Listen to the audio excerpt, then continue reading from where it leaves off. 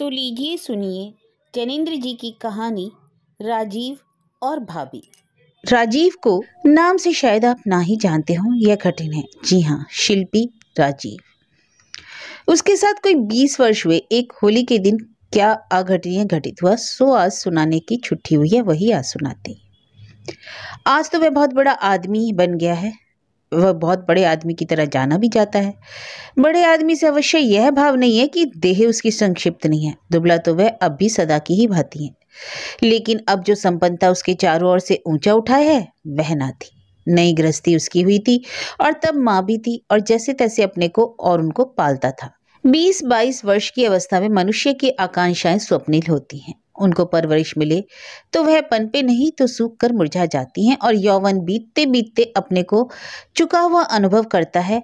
ये वे आकांक्षाएं स्नेह मांगती हैं। स्नेह अनुकूल समय पर और यथा अनुपात मिले तो वे हरी भरी होकर कैसे कैसे फूल ना खिला आए कहा नहीं जा सकता। नहीं तो वे अपने को ही खाती चुकाती रहती हैं।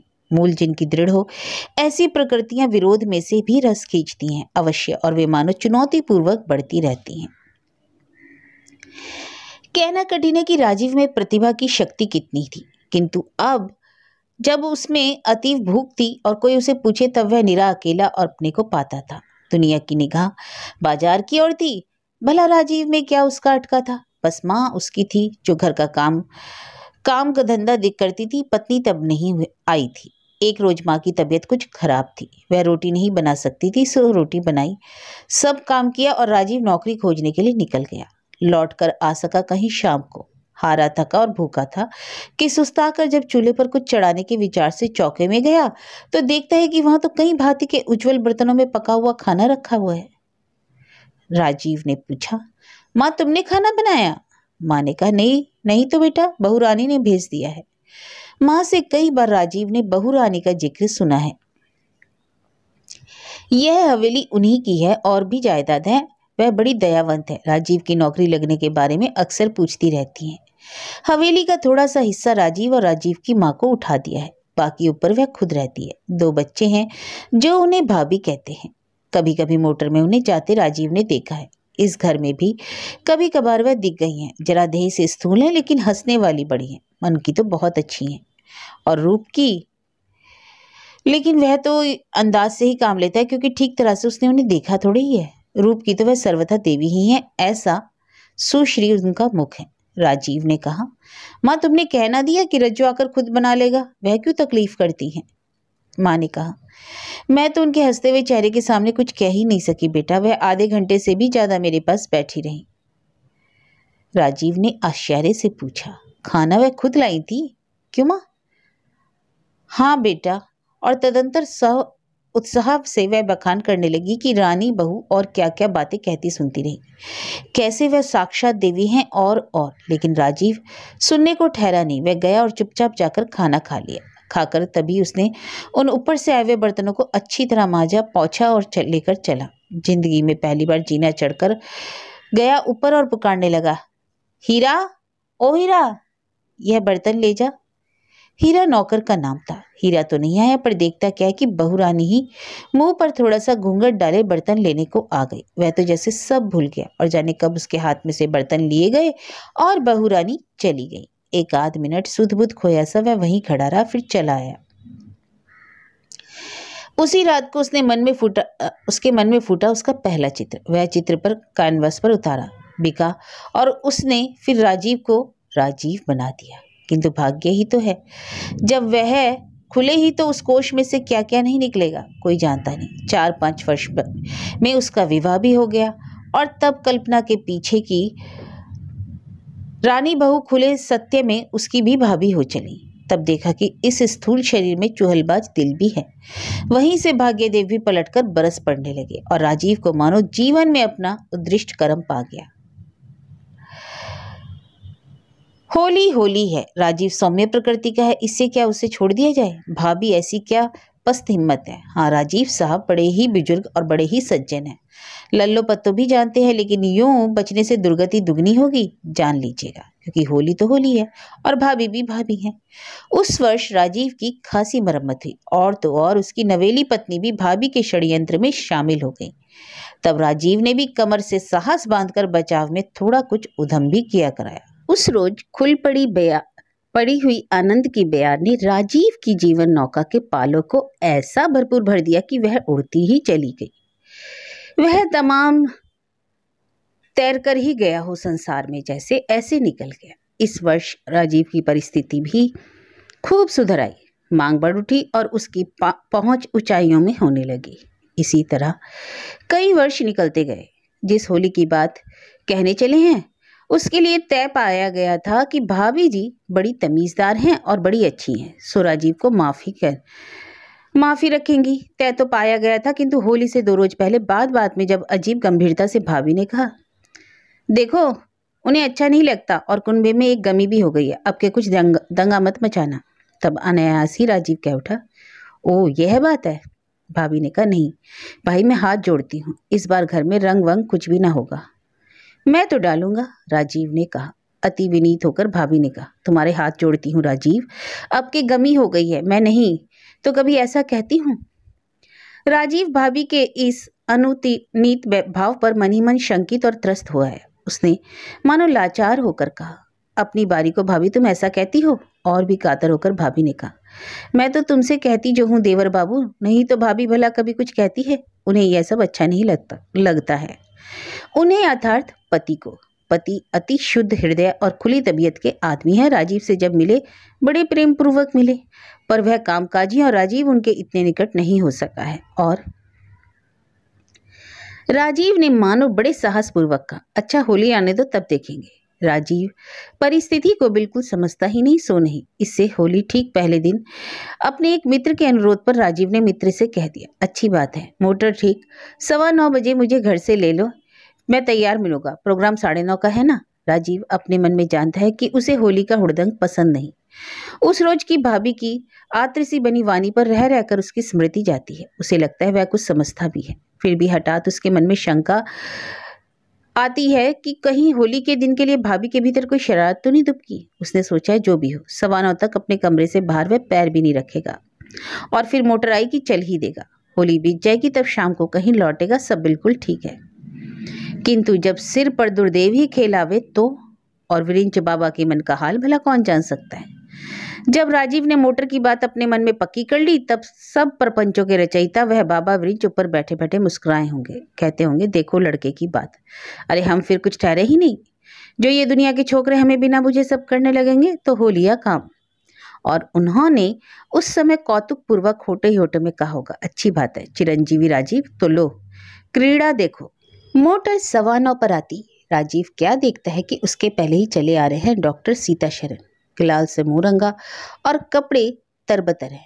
राजीव ने कहा, क्या हाल है डॉक्टर साहब? डॉक्टर ने बताया कि ये बालक बड़ी बला होते हैं, देखते तो हो कि क्या गति बना दी है, घर से अच्छा भला चला था, यहाँ आने तक खासा लंगूर हो गया।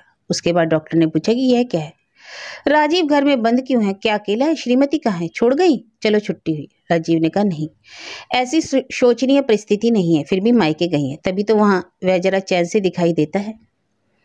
उस समय जेब में से डॉक्टर ने चुपके से रंगीन पानी से भरी एक शीशी खींची। राजीव ने किंतु देख लिया, कहा, ये डॉक्टर मुझे पार्टी में जाना है। डरो मत, डॉक्टर ने कहा, यह जादू का रंग है। और राजीव के बहुतेरा कहते कहते भागते बसते डॉक्टर ने उसके उजले कपड़ों पर रंग छिड़क ही दिया और मुंह पर जरा गुलाल भी मल दिया। घबराओ नहीं राजीव, देखो रंग अभी गायब हो जाएगा। और सचमुच पानी सूखते सूखते कपड़े पर जरा भी रंग का धब्बा नहीं रहा। राजीव अप्रत्याशित भाव से कह उठा, यह तो बहुत ठीक बात है डॉक्टर, ऐसा और रंग है तुम्हारे पास? डॉक्टर ने कहा, और जितना चाहो जेब में से 8-10 पुड़ियों का बंडल सा निकाल सामने रख दिया। आधा पाव गुनगुने पानी में एक पुड़िया डाल दो, बस रंग तैयार। और कई रंग की पुड़िया हैं। राजीव ने 5-7 पुड़ियाँ उठा ली और उतनी ही शीशियाँ निकालकर उसने जादू का रंग तैयार कर लिया। और फिर उसने कहा, देखना डॉक्टर क्या बजा है, 9:30 होने वाले हैं, 5-7 मिनट। अच्छा मैं चलूं? और डॉक्टर चले गए। तब मुंह का गुलाल धोकर साफ किया, शीशा देखा, बाल जरा ठीक किए और शीशियां होशियारी से जेब में संभाली।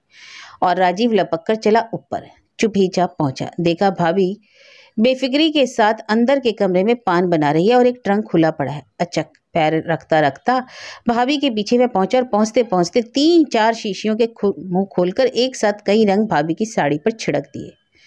भाभी एक साथ चौंक कर मुड़ी। देखा राजीव? वह पहले तो शायद मुस्कुराने को हुई। राजीव को ऐसा भी लगा कि कहीं होशियारी से झपटकर उसके हाथ से शीशी उड़ा लेने वाली बात तो यह नहीं है, किंतु तत्क्षण फीकी और चिंतित पड़कर उन्होंने कहा, नहीं जी, यह हमें अच्छा नहीं लगता।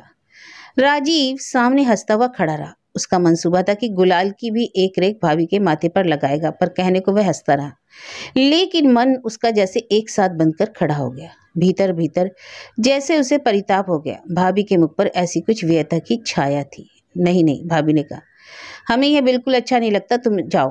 राजीव ने कहा, भाभी यह जादू का रंग है, अभी उड़ जाएगा। नहीं, तुम जाओ, भाभी ने कहा।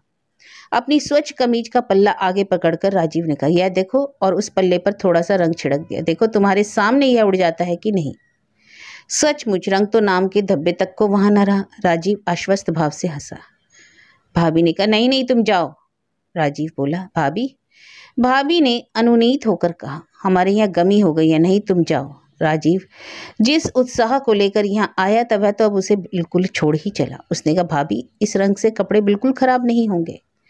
भाभी ने चुपचाप मुंह फेरकर पान लगाना शुरू कर दिया। फिर मुड़कर पान की तहकर उसे देते हुए कहा, यह पान लो राजीव और तुम जाओ। देखो, भाभी की वाणी में कुछ वह बात थी कि जिसका राजीव तो उल्लंघन जीते जी कभी नहीं कर सकता था। उसने कहा, जाऊं? हाँ जाओ।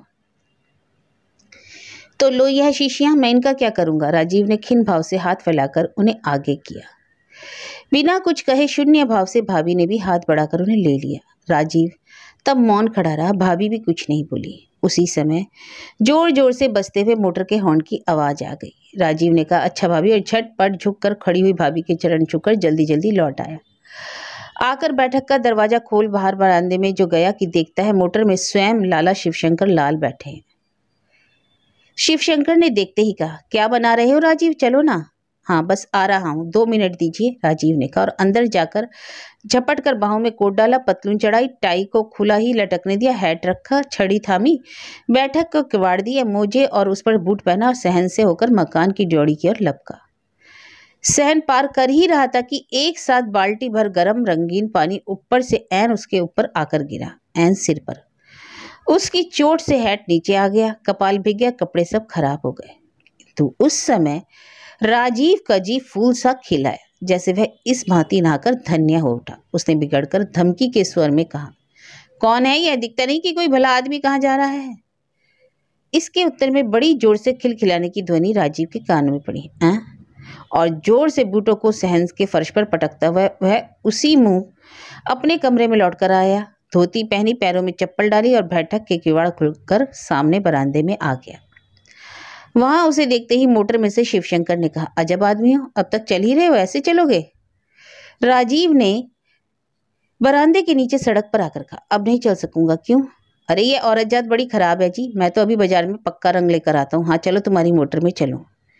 तो साथ नहीं चलोगे? शिवशंकर ने पूछा। साथ चलूंगा, देखते तो हो यह सिर का हाल। बाजार से रंग लाकर इस सिर की अब मरहम पट्टी करनी होगी। बाजार आने पर राजीव वास्तव में ही मोटर से उतर गया। मानो या ना माना, इतने में ही उसे सामने से आते दिखाई दिए भाई साहब, यानी उनकी भाभी के नाते। राजीव जानता था हंसते हुए आ रहे थे, कपड़े उनके भी रंग बिरंगे हो रहे थे, हाथ में रुमाल में फल लटके थे, एक और सेंध बनाकर 2 चोइल कंकड़ियां निकल रही थी और भीतर से लोकाट उछक रहे थे। पूछ उठे, कहिए कहाँ? राजीव ने कहा, कुछ नहीं, यूं ही। और मोटर में कौन थे? लाला शिवशंकर लाल थे। अच्छा। और अच्छा कहकर भाई साहब आगे बढ़ गए। राजीव का उत्साह हठात कुछ मंद हुआ, फिर भी जैसे एक मत सवार था। दुकान से कई तरह के रंग लिए घर आकर उन्हें घोला और लोटा भरकर पहुंचा वहीं ऊपर। भाभी का छोटा बालक, जिसका नाम पड़ा था छोटे और जो बड़ा खोटा था, छज्जे पर खड़ा था। राजीव को चढ़ते देखकर वहीं से बोला, भाभी ओ भाभी, चाचा आ रहे हैं। और पर्याप्त काया भाभी यह सुनते ही सब काम छोड़ फुर्ती से भाग छूटी। भागकर भीतर के कमरे में भाग गई, किंतु में जल्दी में उसके पट ठीक तरह से बंद नहीं हुए और वह हाथ के जोर से उन्हें बंद किए ही पीछे डटी खड़ी हो गई। राजीव ऊपर आया तब उसी खोटे छोटे ने इशारे से बताया कि भाभी उस पीछे वाले कमरे में है। उधर को बढ़ता ही था कि जोर की आवाज आई, क्या है? आवाज कम काफी न थी। उस पर स्वयं भाई साहब भी सामने आए। अजब डांट उनकी मुद्रा में थी। बोले, क्या है?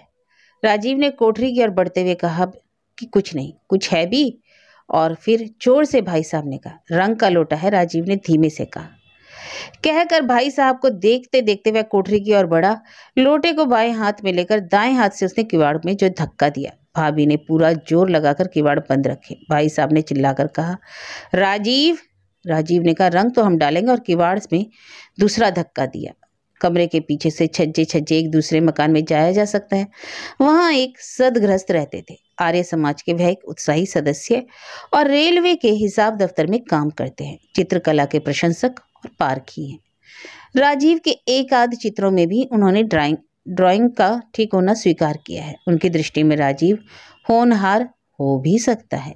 उन सज्जन की अवस्था 30-32 की होगी, पर बुजुर्गी उन पर कच्ची नहीं बैठती। वह चश्मा लगाते हैं और 5 उनके लड़के हैं, भाई साहब के हितैषी। यह सज्जन ज्यों ज्यों सोसाइटी में राजीव की कला की बड़ाई सुन लेते, त्यों त्यों उसके प्रशंसक होना स्वीकार करते। किंतु राजीव के रंग ढंग कुछ इन्हें अच्छे नहीं लगते। उसके स्वभाव के साथ जो एक प्रकार का खुलापन है, उससे इन सज्जन के चित्त में आपत्ति बनी रहती है कि राजीव को प्रौढ़ होने की आवश्यकता है। वह जिम्मेदार आदमी नहीं है। जब भाभी ने पाया कि किवाड़ अब खुले, तब सहसा उन्हें छोड़कर पीछे की ओर वह भाग खड़ी हुई। बस छज्जे पर से दूसरे घर में चली जाएंगी। तब ताका करें राजीव बाबू, हाँ तो आए हैं बड़े। किंतु छज्जे का एक पट खुला ही था कि सामने पड़े वही शुद्ध आर्य सदगृहस्थ सज्जन। वह कुर्सी पर इधर ही देखते हुए बैठे, हाथ में किताब। भाभी ने एकदम लंबा घूंघट खींच लिया। वह ठिठकी और काठ मारी सी रह गई। छी छी छी, वह गढ़ ही क्यों ना जा सकी। सज्जन ने सावधानी पूर्वक एवं मिठास के साथ कहा, ओह सेठानी जी हैं। तभी पीछे से राजीव की आवाज भाभी के कान में पड़ी, अब कहाँ जाओगी भाभी? राजीव बढ़ता हुआ पास ही आया। भाभी का सब सूझना बंद हो गया। सब वह मानो कांपने लगी। राजीव विजय गर्व में बोला, अब कहो। हाय हाय, अब क्या होगा? राजीव जीतेगा, मुझसे जीतेगा। अच्छा। भाभी को आव दिखाना था। वह सामने की ओर भाग खड़ी हुई। कुर्सी पर बैठे बाबू से छूती हुई उनकी रसोई में से भागती, दलान पार करती, फैले सामान को फांद कर उस छज्जे से हो जीने चढ़ हाफती फलांगती वह जहां पहुंची उस घर की छत पर पहुंचकर झट अपने पीछे पट बंद कर दिए और उन पर कुंडी चढ़ा दी। फिर उस निर्जन तपती छत पर अकेली कड़ी घाम में पत्थर पर सांस लेती हुई बैठ गई। उन्हें चैन पड़ा कि अब छकाया राजीव को। किंतु इस चैन के पग भर पीछे से उनकी चित्त में आ बैठा उनकी स्थिति की विषमता का भूत, जो उनका समूचा ही मानो उनको निकल जाने लगा। तब वह बड़ी ग्लानि और बड़ा त्रास अनुभव करने लगी। भाभी भागी तो हाथ में लोटा लिए पीछे पीछे चला राजीव। सामने पड़े वही बाबूजी। उन्होंने सात्विक झड़की के साथ टोका, यह क्या है राजीव? राजीव बिना उस ओर ध्यान दिए आगे बढ़ा कि तभी ठिठक कर वह भी रह गया। आगे तो एक अपरिचित महिला, जो बाबूजी की पत्नी थी, वो अपने चौके में थी। उसके पैर जैसे बंधे ही रह गए। उस घर में और कई वयस्क लड़के लड़कियां थी। सबको इस नए उधम पर बड़ा कौतुक लग रहा था। कभी वे उन भाभी को देखते जिनके लिए उनके मन में बड़ा संभ्रम था। वे तो आसपास सब लोगों के मनों में सेठानी जी के रूप में ही अंकित थी, संभ्रांत और आदरणीय। सबकी निगाहों में वह तो अति विशिष्ट ही थी। तब फिर यह क्या? और कभी वे इस राजीव को देखते इस निगाह से कि कौतूहल तो उन्हें है, पर जैसे वे जानना चाहते हो कि यह है कौन आदमी। बाबूजी ने कहा, it is not decent sir. Rajiv अंदर ही अंदर कटकर रह गया। इससे भी तीखे विशेषण उसे अपने लिए उपयुक्त मालूम होने लगे। किंतु वह हाथ में रंग का लोटा लिए खड़ा ही रह गया। उत्तर में कुछ ना कह सका। किंतु लड़कियां, माना वे बला है, किंतु दुनिया में क्या उनसे हारना होगा? भाभी के आसपास अपने पराजय पर खिलखिल हंसी जाती हुई सुनी। उन कलंक कंठिनियों की व्यंग की हंसी मानो की ललकार हो। उसने उसे डंक मारकर चेता दिया, अबला की ओर से सबल चुनौती तो अच्छा। राजीव भी तब उसी भांति चौके को, दालान को और छज्जे को लांघता हुआ कुछ ही छलांगों में जा चढ़ा जीने पर। जीने के छोर पर पाया मार्ग अवरुद्ध और द्वार बंद। उसने झटक कर द्वार खोला, किंतु वे तो विरोध में कुछ स्वर करके भिड़े ही रह गए। इस पर उसके कानों पर बजी धार फिर भी संगीत सी कोमल कई कंठों की कलकल हंसी। उसने कहा, अच्छा भाभी कभी तो उतरोगी, कहकर थोड़ी देर वहीं खड़ा रहा। फिर नीचे उतर आकर छज्जे पर आकर खड़ा हो गया। 2-1 मिनट प्रतीक्षा में खड़े रहने पर उसने सुना ऊपर लोहे के जाल पर झुकी भाभी कह रही है, रंग डालोगे? हाँ डालूंगा। तो मैं नहीं उतरूंगी। मत उतरो। थोड़ी देर में भाभी ने कहा, कब तक खड़े रहोगे? जब तक तुम वहां रहोगे। अच्छी बात है, भाभी ने कहा। राजीव ने कहा, अच्छी बात है। इधर यह था, उधर बाबूजी ने भाई साहब से कहा, आपने बहुत ढील दे रखी है लाला जी। वास्तव में भाई साहब में भाभी जी के प्रति अतीव प्रेम है और वह प्रेम आदर तक पहुंच गया। घर की ओर से जो भाई साहब सदा सर्वथा निशंक रहते थे, यह सब भाभी जी के भरोसे ही तो, किंतु वही उनकी पत्नी आदर्शपद से कुछ और हो, यहाँ तक कि लोगों के कौतुक और कौतूहल के विषय हो, यह एकदम उनके चित्त को सीधा नहीं जान पड़ा। और यह व्यक्ति राजीव, ओह, इस स्थल पर तो उन्हें अपना पति का एवं पति नामक संस्था का अति दूसरा समान ही होता हुआ जान पड़ा। प्रभुता के प्रति ऐसा अपराध, स्त्री की ओर से ऐसी अवज्ञा, छी छी छी। भाई साहब ने जोर से पूछा। वह कहाँ है? बाबू ने पूछा। कौन? कौन? एक ही प्रश्न, उसकी पत्नी के साथ कोई दूसरा भी आ सकता है जिसे प्रश्न करके अलग छांटना होगा। कौन? इस बात पर भाई साहब को अतिरोष हुआ। उन्होंने जोर से कहा, कौन क्या होता है बाबू? बाबू इस प्रश्न पर असमंजस में रह गए और भाई साहब धड़धड़ाते हुए आगे बढ़ गए। छज्जे पर पहुंचकर राजीव को देखकर दृढ़ स्वर में उन्होंने पूछा, वह कहाँ है? ऊपर है। सब सन्नाटा था, मानो जो होनहार है उसकी अब प्रतीक्षा ही करते बनेगी और कुछ ना हो सकेगा। और भाई साहब ही वहां पतित्व के स्वत्व रक्षक की भांति खड़े थे। भाई साहब ने ऊपर की ओर डपट के साथ कहा, चलो नीचे चलो। सब सुनती हो, नीचे चली आओ।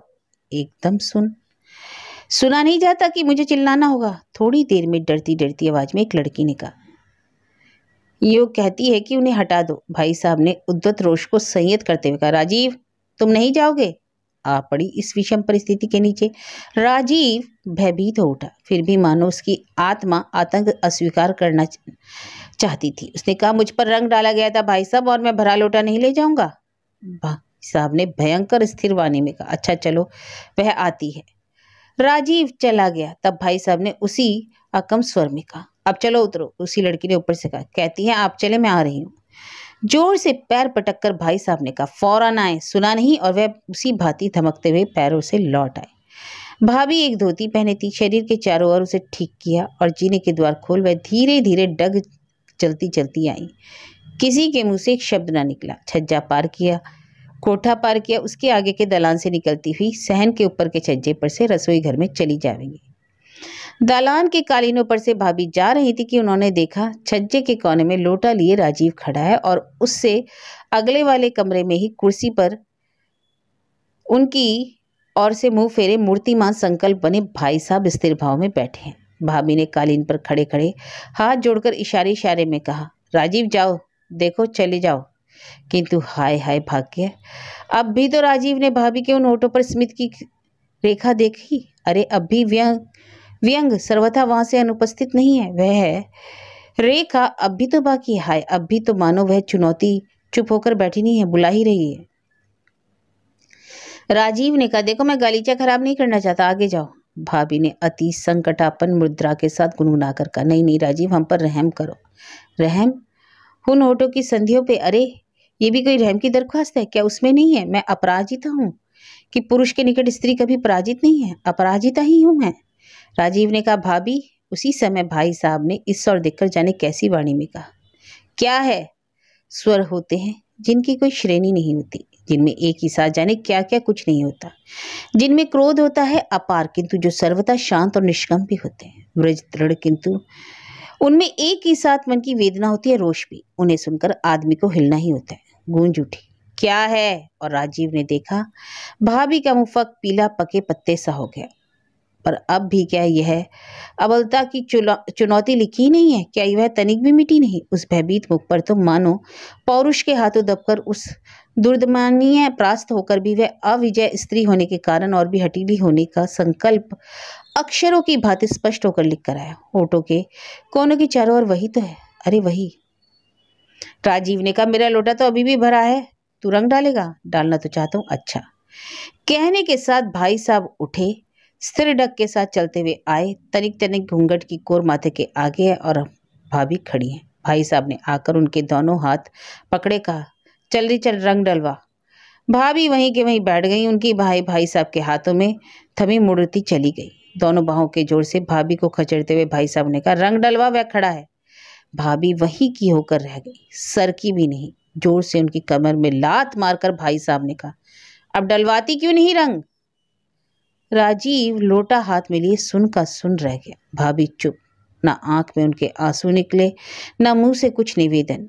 जोर से हाथों को झटक कर और 2-3 लाते एक साथ जमाकर उन्हें खींचते हुए भाई साहब ने कहा, अरे देख तो और कैसा रंग है, चल डलवा रंग। राजीव की आंखों ने ना देखा, 2, 3, 4 एक साथ दोनों हाथों की कई कांच की चूड़ियां चट चट टूट गईं और उनके टुकड़ों ने चुभकर भाभी की कलाइयों में जगह जगह लाल लाल लहू के स्रोतों को छेद दिया। अब भाभी की एक बाह भाई साहब के हाथ में, दूसरी कालीन पर टिकी और उस बाह की कलाई पर पास एक बिंदु पर राजीव की दृष्टि जकड़ गई। यह रक्त बिंदु वहां उत्साह के साथ मानो क्षण क्षण फूलता आ रहा है। अरे बढ़ती नहीं, कालीन पर वह रंग नहीं डालेगा और वह रंग लिए खड़ा है। अनंतर लात, फिर लात और मार। राजीव ने सहसा जोर से लोटा फेंक दिया और आगे बढ़कर कहा, भाई साहब ये क्या करते हैं? कब्र के से ठंडे स्वर में भाई साहब ने कहा, तू रंग डालेगा ना, ले डाल। राजीव ने आत्र भाव से पुकारा, भाई साहब। अरे जा तू जा। राजीव चुप। भाई साहब ने एक साथ चीख कर कहा, जाना, नहीं तो मैं जानवर हो सकता हूं। भाई साहब ने यह कहा और वह मानो ठिठके रह गए। उसके बाद फिर एक साथ भाभी का हाथ छोड़ लौट कर तेजी से कमरे में चले गए और अपने ऊपर दरवाजा बंद कर लिया। राजीव ने देखा भाभी फर्श को टकटकी बांधे देख रही है। आंखों से ना आंसू निकला, ना मुंह से निवेदन। हाँ, कलाइयों में से जगह जगह से फटकर लहू ही खुलकर निकला है। हाथ वैसे ही कालीन पर टिका है। सिर उघड़ गया और भाभी बैठी हैं कि बैठी ही हैं। अरे बैठी ही रहे। राजीव मुक्त सा देखता रहा, फिर एक साथ भाग गया। 20 वर्ष बीत गए। मुझे राजीव कल मिला था। कहता था उस दिन के बाद कल दोपहरी उसे वह भाभी मिली थी। सराय बाजार में जो राजीव की जायदाद में 10-10 रुपए वाले क्वार्टर हैं, उन्हीं में से एक अपने लिए लेने के सिलसिले में वह उसके पास आई थी। वह अब बुढ़िया है। राजीव को विश्वास है कि भाभी ने उसे पहचान लिया, किंतु किसी पहचान का जिक्र उन दोनों के बीच में नहीं हुआ और राजीव ने अंत में कहा कि क्वार्टर नहीं दिया जा सकेगा। उन भाभी के संबंध में अपने को जायदाद वाला पाए। क्या यह दम राजीव झेल पाएगा? इससे कहीं अधिक सहन तो उसे निष्ठुरता ही हो सकी। उसने निसंकोच उससे कह दिया कि क्वार्टर कोई खाली नहीं है।